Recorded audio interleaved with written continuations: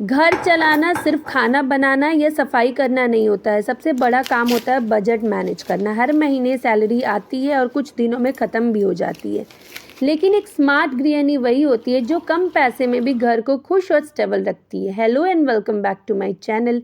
आज की वीडियो में मैं कुछ टिप्स और ट्रिक्स शेयर करूंगी जो कि आपका घर खर्च मैनेज करने में हेल्प करेगा। सबसे पहली नंबर टिप्स है कि जो भी खर्च करना है उसकी पहले से आप प्लानिंग करो, फिर स्पेंड करो। जैसे कि कुछ खर्च जो हर महीने में सेम ही होता है, जैसे कि अपनी हाउस हेल्प को देना, दूध वाले को देना, स्कूल की फ़ी डालना, ये सब चीज़ का खर्चा मतलब जैसे ही तुमको सैलरी मिलता है तो फटाफट सबको दे के ख़त्म करो।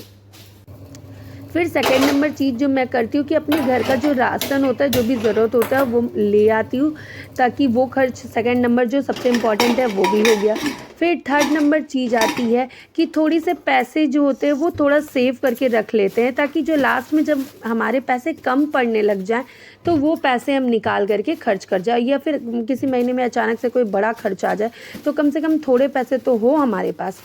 और चौथी नंबर चीज़ है कि अपने नीड्स और वांट्स में डिफरेंस समझो। जैसे कि कोई चीज़ है, अरे ये मतलब इसका एकदम ज़रूरी है, इसके बिना नहीं चल सकता है।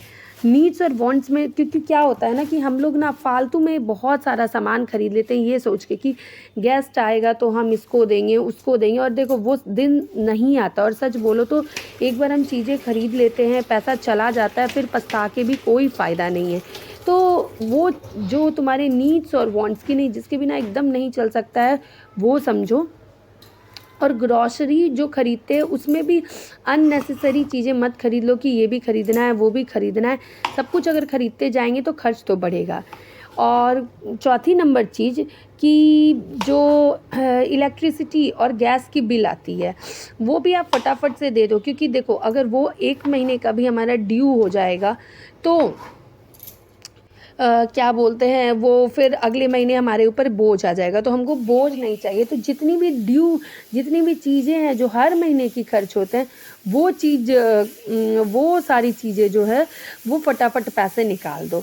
और सातवीं नंबर चीज़ है कि फैमिली को इन्वॉल्व करो। कैसे? जब घर से सब लोग समझदारी से खर्चा करेंगे तभी बजट सक्सेसफुल होता है। याद रखिए, घर बड़ा या छोटा नहीं होता, घर को चलाने वाली सोच बड़ी होती है।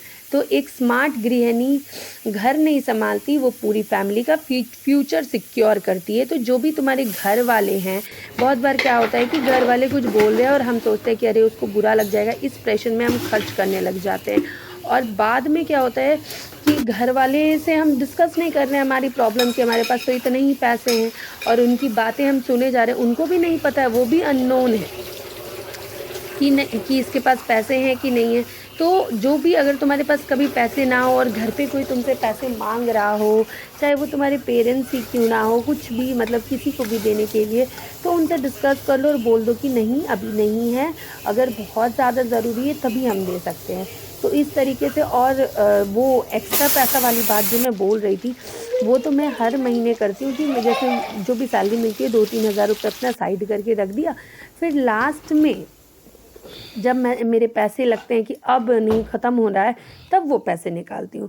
बस ऐसे ही हम सबका घर चलता रहता है और बाकी भगवान की कृपा रहती है। सब लोग उसके बिना तो कुछ होता ही नहीं है। तो चलो ऐसे ही और भी वीडियोस आते रहेंगे। और अगर आपको मेरे वीडियोस को पसंद करते हो आप, तो लाइक शेयर सब्सक्राइब करना बिल्कुल ना भूलें, और एक छोटा प्यारा सा कमेंट ज़रूर लिखें। तब तक मिलते हैं अगले वीडियो में।